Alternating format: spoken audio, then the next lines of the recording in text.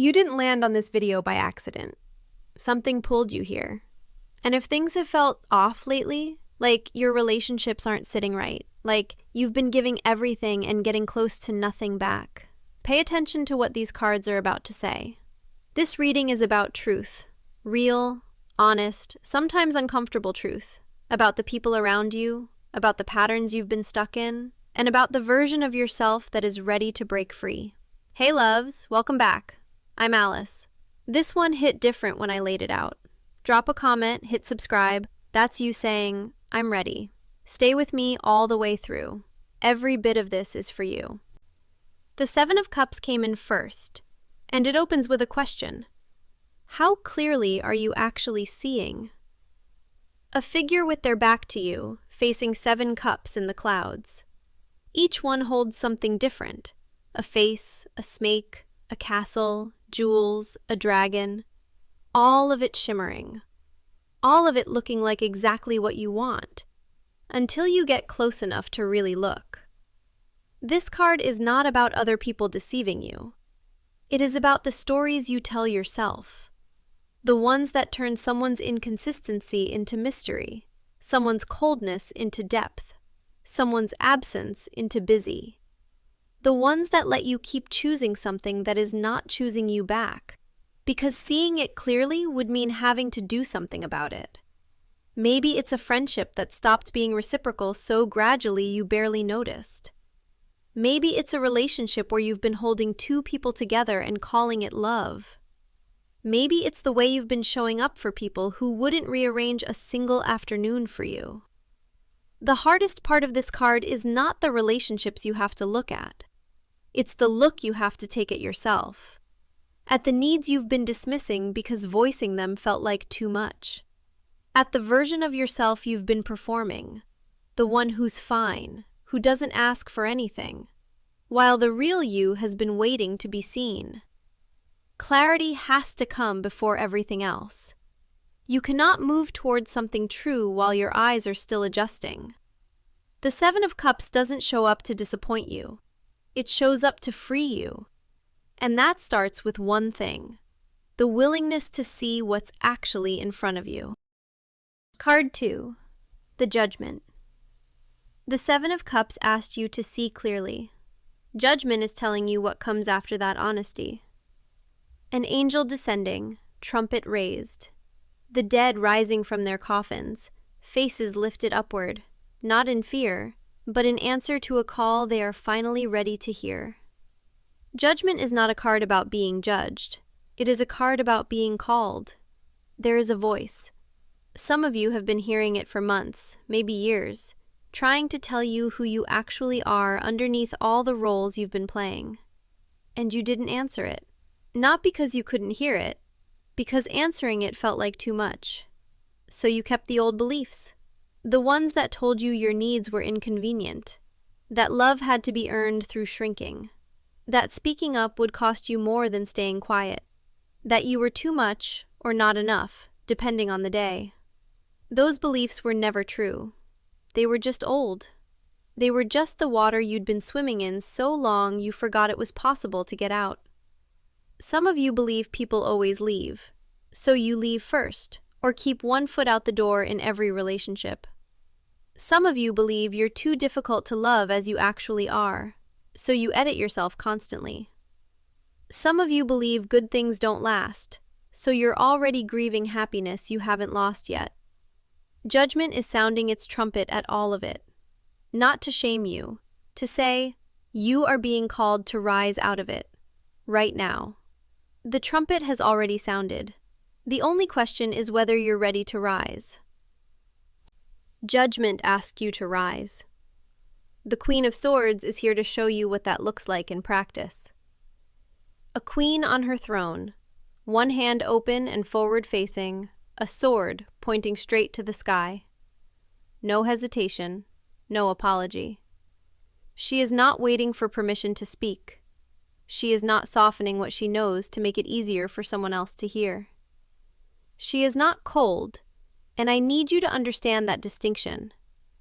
Cold is shutting down because vulnerability feels too dangerous. The Queen of Swords is fully in the room and completely honest about what she sees, what she needs, and what she will and will not accept. That is clarity, not coldness. Some of you have been speaking in half sentences for years. You hint at what you need instead of naming it. You say, "I'm fine," when you are not fine, and then feel unseen, and then wonder why people don't understand you. Here's the truth. They don't understand you because you haven't let them. Not in the words that would actually cost you something to say. Some of you need to tell someone what you actually need, not the watered-down version that felt safer. Some of you need to say out loud that something is not working and you are no longer willing to pretend otherwise. Some of you need to set a boundary you've been postponing because you're afraid of how it'll land. Other people's discomfort with your honesty is not yours to manage. You are not responsible for making your truth so palatable that no one flinches. You are responsible for speaking it, kindly where possible, clearly, always. And here's the part that really matters. This card is not just about speaking truth to others. It is about speaking truth to yourself. Stopping the internal negotiations where you talk yourself out of what you clearly felt. The moment you felt dismissed and told yourself you were being too sensitive, she saw that. The moment you knew something was wrong and spent 2 days convincing yourself it was fine, she saw that too. When you speak clearly, people have to show you what they're made of. Some will rise. Some will reveal that what they wanted was the version of you that never asked for anything. And as painful as that is not a loss. That is clarity. The Queen of Swords didn't arrive to be polite about it. She arrived because you are ready. Card 4. The Five of Pentacles. The Queen of Swords asked you to speak your truth. The Five of Pentacles is here to show you exactly why that conversation can no longer wait. Two figures in the cold, snow on the ground, worn out, struggling. And right beside them, a stained glass window glowing warm from inside. Warmth just a few steps away, and they are walking past it. You have been giving more than you have been receiving, for a long time. You've been the one who shows up, checks in, remembers, adjusts, makes it work. And somewhere in all of that, you started running on empty. Some of you have built your entire identity around being the person who gives. And on the surface, that looks like strength. But underneath it, if you're honest right now, it feels like exhaustion. Like resentment you haven't fully named.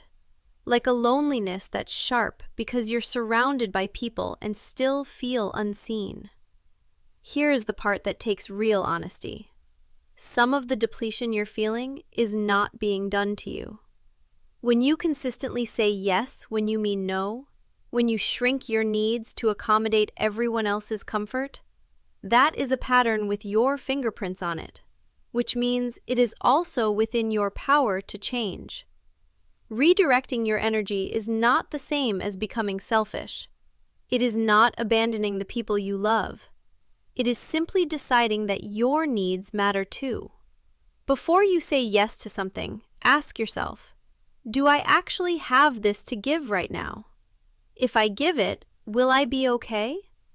Stop treating your own needs as the last item on a list that never gets finished. Stop letting the fear of being seen as too much keep you outside in the cold when there is warmth that belongs to you. The door is open. You just have to walk through it. Card 5. The Eight of Swords. Here's the thing about that pattern.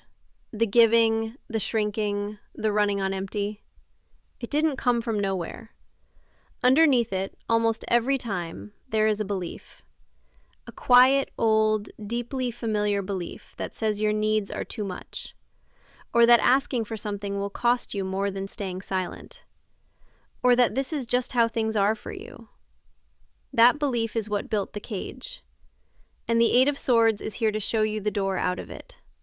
A figure standing alone, 8 swords planted in the ground around them. A blindfold, arms bound. And here is the detail that changes everything. The swords are not touching them. The binding is loose. The path out is right there. They just can't see it because they're not ready to look. No one is keeping you in the pattern. Not anymore. Maybe something did once, but that time has passed. The only thing holding you in place right now is the blindfold you have not yet decided to remove. For some of you, that blindfold is fear. That if you step out of this pattern, everything will fall apart. You'll lose people, fail, become unrecognizable. For some of you, it's comfort, not happiness, comfort. Known pain has gravity. You can predict it, survive it. The unknown, even when the unknown is freedom, requires a courage the comfortable cage does not. For some of you, it's identity. You've been in this pattern so long you don't know who you are without it. If this is just how things are, you don't have to try. And if you don't try, you can't fail. Some of you have a money story that feels inescapable. Same anxiety every month, same belief that financial security is for other people. That story is the cage. The path to financial freedom is not blocked by the world. It is blocked by the belief that you are not someone who gets to walk it. And that story is done. Personal freedom doesn't arrive as a dramatic event. It happens the first time you say no without 17 explanations. It happens when you book the trip, take the course, spend an afternoon doing exactly what you want without justifying it to yourself afterward. The cage was never locked. The swords are still there. Old patterns don't vanish overnight. But they lose their power the moment you see them for what they are. Just old stories standing in the ground that you are choosing to walk past. The Eight of Swords didn't come in to tell you that you're trapped. It came in to show you the door. Walk through it. Card 6. The King of Swords. The Eight of Swords showed you the door. The King of Swords is here to show you how to walk through it. A king on his throne, sword raised and perfectly upright. His gaze is forward, not scanning for approval, not flickering with doubt. His robes move in the wind, which tells you the world around him is not perfectly calm. But he is. He has decided what he knows, and nothing is moving him from it. He is not aggressive. He does not repeat himself hoping someone will finally hear him. He speaks the truth, precisely, calmly, and then holds his position. When the communication is that clear and the resolve is that steady, things move. Here's the thing I see so many people do, and maybe you recognize yourself in this. They wait for the perfect moment to have the conversation. The moment when everything is calm enough, when the other person seems ready, when they feel confident enough. And that moment just never quite arrives. The King of Swords is sitting on his throne, looking at you with this very patient energy, like, honey, that moment is not coming. The right moment is the one where you decide you are no longer willing to wait. There is something, a conversation, a boundary, a question that's been sitting unanswered that needs to be addressed. You know what it is. The reason it hasn't happened is not because you don't know what to say. It's because part of you is still hoping the situation resolves itself without you having to be the one to speak. It won't. And here's what I want you to know about what comes after you say the thing. Because this card is not only about the moment of speaking, it's about everything that follows. The other person might push back. They might go quiet in a way that feels like punishment. They might come back 3 days later acting like nothing happened, just to see if you meant it. That's the moment most of us lose ground. The fear of disconnection kicks in and we soften. We backtrack. We laugh it off. And suddenly we're right back where we started. I've been there. A lot of us have. This card is asking you to stay standing. Not rigidly, not with your arms crossed, but grounded. You can be warm and still hold your position. You can love someone and still not go back on what you said. You can hear them out and still know what's true for you. The King of Swords has been in this reading because you already have everything this card represents inside you. The clarity is there. The knowledge of what needs to be said is there. The strength to hold your position is there. The only thing left is the decision to use it. Card 7. The Seven of Wands. The King of Swords told you to hold your ground. The Seven of Wands is here to make sure you actually do it when it gets hard. A figure on high ground, wand raised, 6 wands pressing up from below. His footing looks unsteady, one boot different from the other, like he was caught mid-moment and had to decide instantly, stand or step back. He chose to stand. He is outnumbered, he is not comfortable, and he is not moving. The right path is not always the easy one. Resistance is not always a sign you're wrong. Sometimes it is a sign you are exactly right, and what you're reaching for is significant enough to require something real from you. Some of you started something with real momentum, made the decision, took the first steps, felt the energy, and then something pushed back. And some of you took that as a sign from the universe that maybe you were wrong, maybe the easier path is the right one. You started to retreat, quietly, 100 small decisions to soften and delay. Ask yourself honestly, is the resistance actual evidence you're on the wrong path? Or is it just the friction that comes with anything worth doing?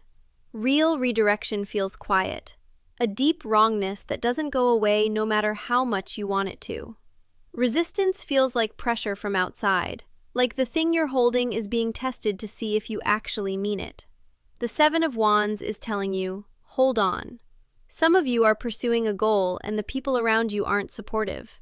They're asking the questions that poke exactly where you haven't fully convinced yourself yet. The energy it takes to hold your vision against other people's doubt feels exhausting. It's worth it. Stay on the high ground.